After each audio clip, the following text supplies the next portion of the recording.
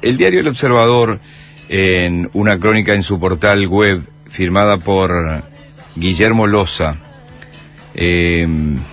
a ver, por favor, acá, por Guillermo Loza y Joaquín Silva, titula Pedofilia, una enfermedad sin cura que las cárceles recién empiezan a tratar. No se ha encontrado la forma de que un pedófilo deje de serlo, pero lanzan plan piloto para que reclusos puedan contener su impulso. Hablar de este tema sin sustento técnico puede ser muy complicado. Por eso le hemos pedido a la psicóloga Adriana Savio, que es directora del Instituto de Criminología y Psicología Forense, que nos acompañe unos minutos. Adriana, buen día y gracias por atendernos. Hola, buen día. Muchas gracias a ustedes por la convocatoria. ¿Cómo están? Bien, muy bien. Hemos hablado algunas cosas, pero obviamente no aquí en Poder Ciudadano Radio. Entonces quería comenzar por preguntarte, estamos acá con Jorge Gatti también, con respecto al caso de esta niña Brisa. Después hubo otro caso. Sí. Estamos hablando, porque me parece que se están entreverando los tantos. Estamos hablando de femicidio, estamos hablando de otra cosa. A ver, y vamos a empezar un poquitito, como tú, Miguel, planteabas al principio en la introducción, de qué se trata en realidad de la figura del agresor sexual. Dentro de lo que es la figura, en criminología, dentro de lo que es la figura de agresor sexual, entra el abusador, en términos generales, y el violador. Hay una diferencia entre abuso y violación, desde el punto de vista victimológico y desde el punto de vista también criminológico en términos generales. El abusador es un sujeto que tiene acceso a la víctima y siempre es de conocimiento de la víctima y trabaja en el ámbito e interviene en el ámbito más doméstico, más de contacto directo, mientras que la figura del violador es una figura que trabaja con el impacto, diríamos, frente a la víctima que elige, ¿sí? De hecho son víctimas elegidas la mayoría de las veces al azar, por más que pueda haber un seguimiento previo de unas 48, 72 horas anteriormente a optar por la víctima. Esto es importante como para marcar, diríamos, las diferencias, ¿no?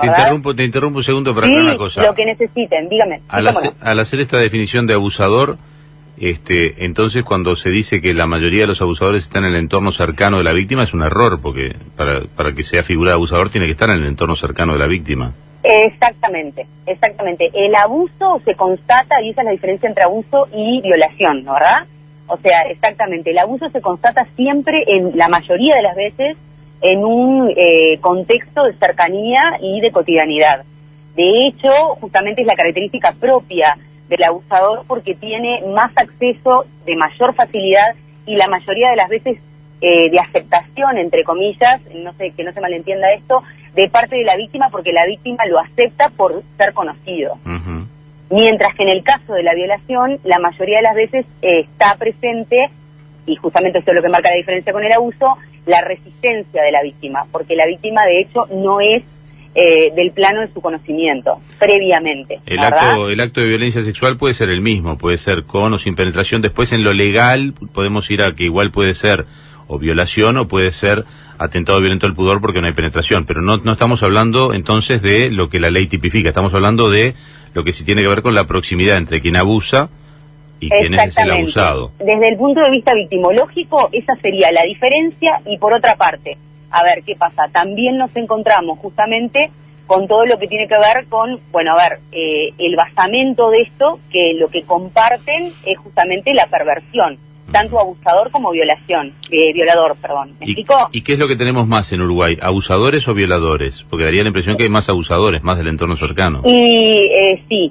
totalmente, mucho más nivel de abusadores, claramente. Sí, claramente. Justamente eso es lo que más complica también de alguna manera, y también es lo que instala altos porcentajes, que son los últimos datos del Observatorio Criminológico, de atentados violentos al pudor, porque también no se olviden que el atentado violento al pudor está, de hecho, presente como figura legal en el plano público, pero también el atentado violento al pudor lo podemos encontrar en el plano privado de alguna manera, ¿no? O sea, con diríamos, situaciones donde los adultos le muestran a los niños cosas totalmente indebidas. Y esto ya después muchas veces conduce a la situación de abuso infantil, ¿no, verdad? Algo que es muy importante aclarar, En esta figura compleja, porque es una figura multicausal, cuando estamos hablando de situación de agresores sexuales, ¿sí? En términos generales tenemos un basamento psicopatológico clínico que tiene que ver con una perversión. O sea, es un adulto que en realidad, recibe o percibe o siente satisfacción psicosexual induciendo al contacto con menores. Uh-huh. ¿Sí? Esto se entiende y es igual para los dos. Y esto además es un rasgo que aparece por momentos en esta persona, es decir, capaz que para un ojo como el tuyo es más detectable, pero digamos para el resto del contexto puede ser indetectable. Exactamente.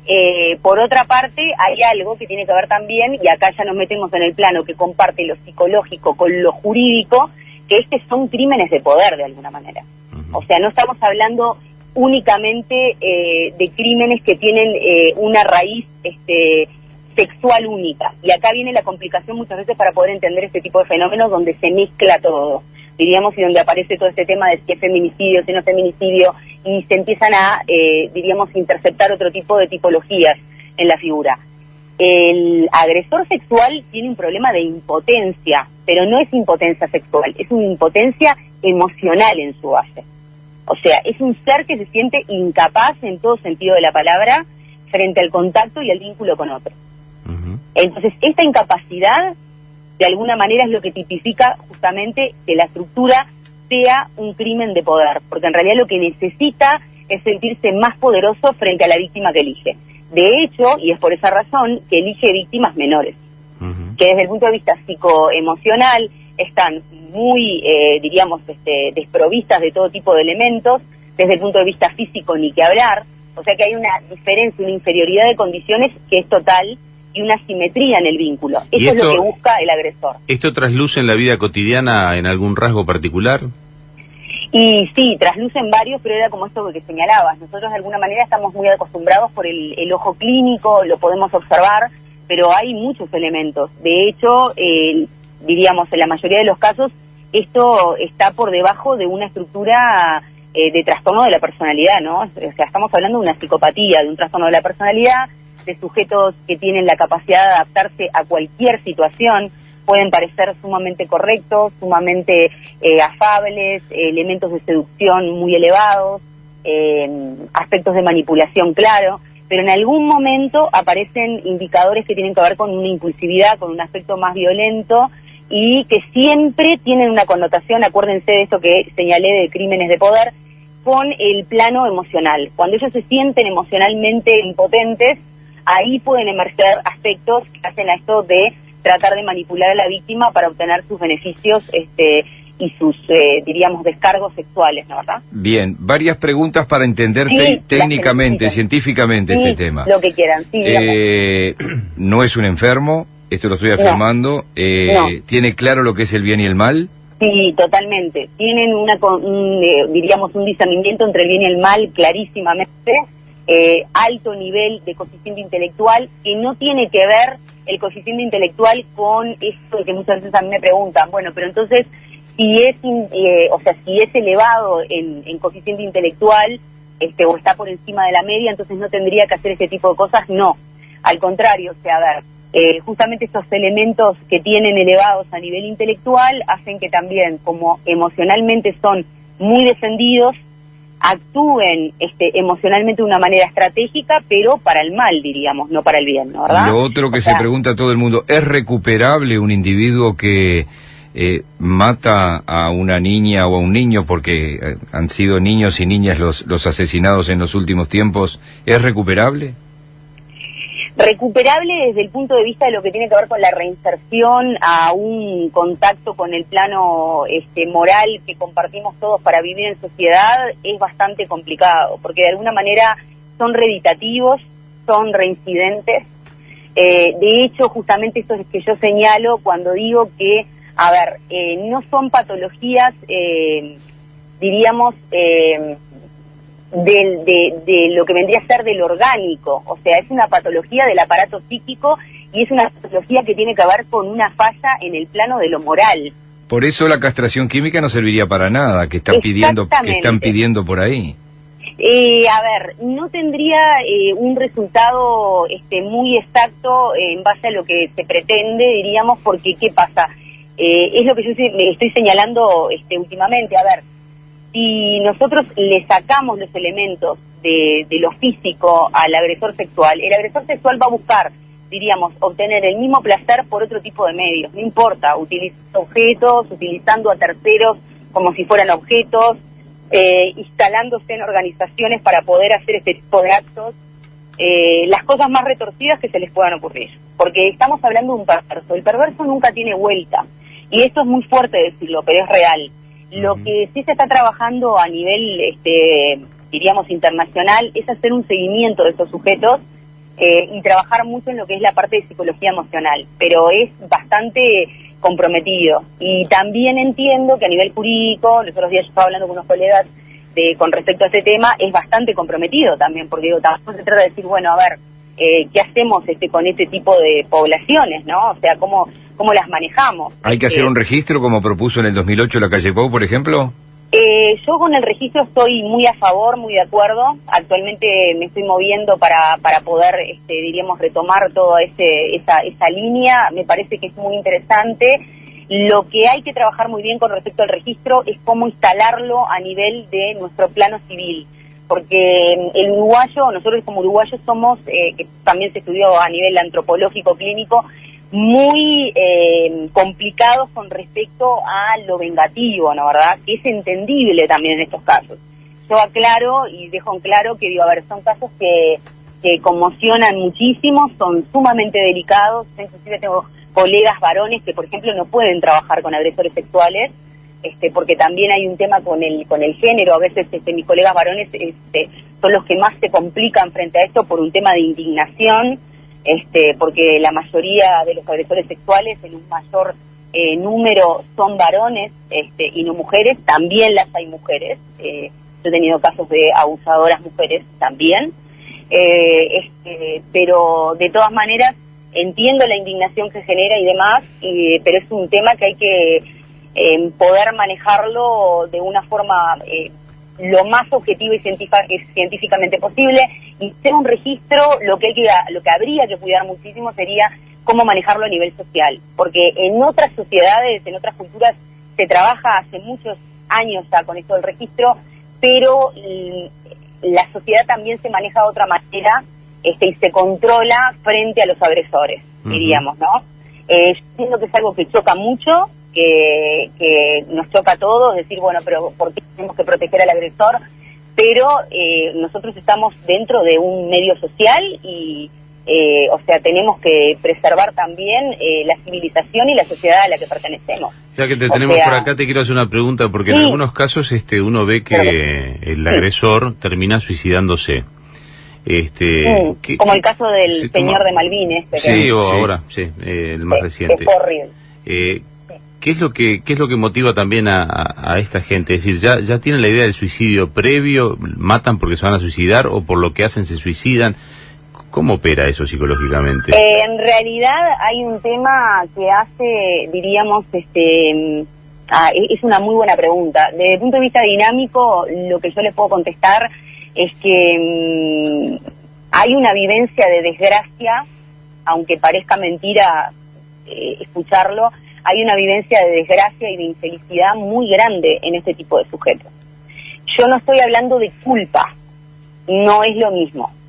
Son sujetos que en realidad en la mayoría de los casos, y cuando ya estamos hablando de perfiles mucho más complejos, como el caso de este muchacho con la chiquita, desgraciadamente última, no hay remordimiento, no hay culpa realmente sentida a nivel de la angustia. O sea, no hay un momento donde la persona se quiebre realmente y se angustie, pero sí hay un sentimiento de desgracia e infelicidad, que no es por lástima a los terceros. Esto se trabaja mucho en la parte de psiquiatría clínica en este tipo de cuadros, porque aparte son cuadros que no son psicóticos ni son prepsicóticos, no son sujetos que deliran, son sujetos que están en su realidad, pero tienen una alteración impresionante igualmente, y se trabaja mucho este aspecto, porque ¿qué pasa?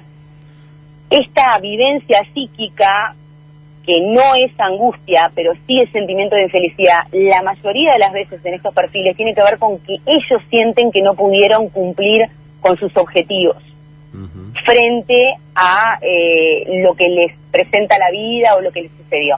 Entonces el suicidio o el matar a todos los que tienen a su alrededor y después matarse, muchas veces tiene que ver con esto de sentirse ellos traicionados a ellos mismos en sus propósitos. Pero miren esto, ¿no? O sea, nunca hay conciencia diríamos, de malestar del otro, ni tampoco nunca, la mayoría de las veces existe conciencia de decir, me apena lo que está sucediendo o lo que generé. O sea, la culpa y la angustia están no presentes. Y este justamente es el agujero que tienen a nivel de la parte de la psicología emocional, ¿no? O sea, a nivel empático, estamos frente a un sujeto totalmente refractario, que si yo lo atiendo en un ámbito clínico no lo puedo sostener tampoco porque va a ser espejo conmigo. O sea, él me va a devolver todo lo que yo le muestro, de una manera totalmente defensiva para refractariamente no poder entrar a esa cabeza. Por eso este presunto asesino de Brisa el otro día, frente a semejante acusación, se mantuvo totalmente impávido. Sí, Cuando si nos hubieran acusado a alguno de nosotros, estaríamos a los gritos diciendo no tengo nada que ver. Exacto, porque existe en realidad de manera inmediata, diríamos, la respuesta de angustia, de sentimiento de impotencia, que también son respuestas emocionales, ¿no, verdad? En estos sujetos eso no se maneja y esa frialdad es la que en realidad, diríamos, entre comillas, auxilia en los momentos de hacer los disparates que cometen, ¿no? O sea, los griegos ya en un pasado, en la historia de la psicopatología clínica, hablaban en realidad de dementes morales. O sea, ellos hablaban de una demencia moral para señalar a estos sujetos que después, más adelante, con el tiempo, a nivel histórico clínico, se nombran como psicopáticos. O sea, sujetos que tienen conciencia de realidad, saben la diferencia entre el bien y el mal, pero eligen el camino de lo que no corresponde moralmente, a puntos que llegan a, quitar, a disparates como quitarle la vida a un par, ¿no, verdad? La última y muy cortita, pues se nos ha ido el tiempo y tenemos que ir a la pausa. Con muchísimo gusto. No sé si manejaste datos estadísticos, pero ¿estamos peor que antes o es que están más visibilizados los casos? Y creo que hay de las dos cosas. A mí, personalmente, me alarma un poco los niveles elevados que tienen que ver con las víctimas menores, ¿no? O sea, niños principalmente, adolescentes ni que hablar, pero principalmente infantes. Me llama mucho la atención porque de hecho lo observé más entre lo que es la mitad del año pasado y lo que va de este año, lo que ya está, cerrando este año, y en los últimos meses nosotros hemos tenido alrededor de unos 50, 70 casos que tuvieron que ver con menores. Y con situaciones que involucran a los niños. Los últimos datos estadísticos que se manejaron era que de cada 4 niños había 3 en nuestro país al día de hoy que sufrían situaciones de violencia y maltrato de algún tipo, incluyendo situaciones de riesgo y de violencia sexual. Esos son datos que los pueden ver en el Observatorio Criminológico, pero aparte también estuvieron levantados por el MIDES y también los trabajaron otro tipo de, diríamos, instituciones estatales que están manejando la información. Actualmente estamos golpeando como sociedad de una manera bastante cruel y feroz a la infancia, ¿no? Y a la adolescencia. O sea, creo que a nivel antropológico nos tenemos que estar preguntando ya nosotros, qué es lo que nos está pasando también como sociedad, porque en realidad somos todos responsables de esta situación.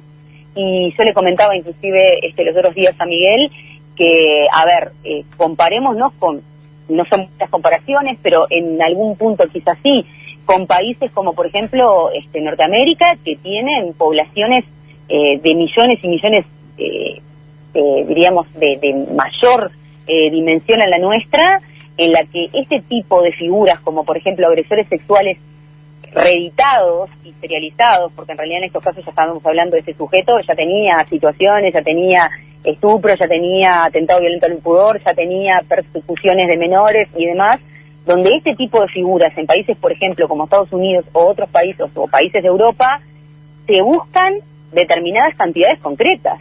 O sea, cuando salen a buscar este tipo de perfiles, ellos buscan en esas poblaciones enormes, capaz que 17, 20 sujetos que tienen ese perfil.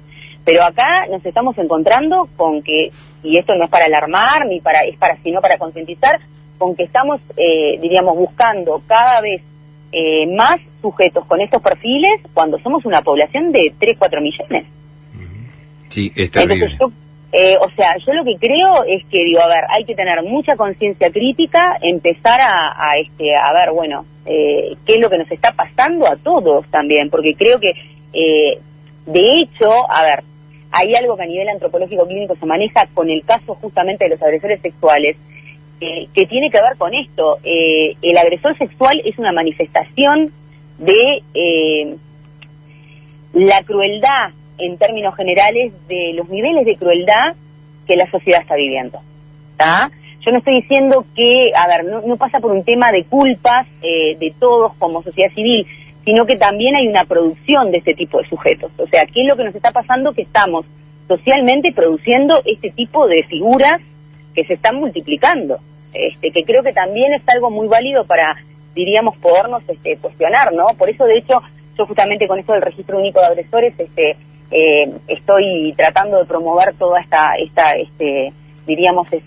regularización que se puede iniciar de una vez.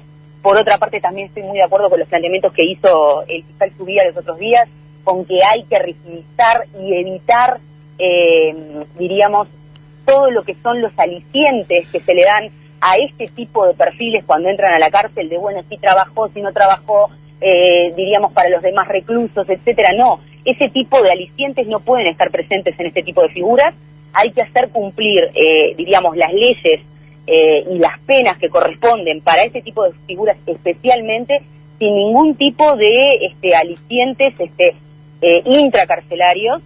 Y por otro lado, también algo que es un debe y que tiene que ver más con las figuras del abuso, ¿tá? Que ya ahí nos vamos para el plano más privado, que es regularizar la Constitución y las leyes que tienen que ver con el abuso infantil en nuestra Constitución. O sea, nosotros en nuestro código tenemos, diríamos, artículos que hacen a las figuras de abuso, que inhabilitan muchas veces a las figuras jurídicas, a los jueces y a los fiscales, a poder realmente hacer buenos procesamientos, buenos, cuando me refiero a buenos, efectivos, o sea, que sean realmente efectivos y que impliquen un seguimiento después clínico para este tipo de sujetos. Que en este caso no pasó, ¿no? Quedó en evidencia. Que en este caso no pasó, y que muchas veces uno, cuando habla con los fiscales o con los jueces, plantean entendiblemente también, bueno, pero no tengo las pruebas concretas, hay un intento de, pero en esos casos, bueno, ¿qué leyes a nosotros nos amparan desde el punto de vista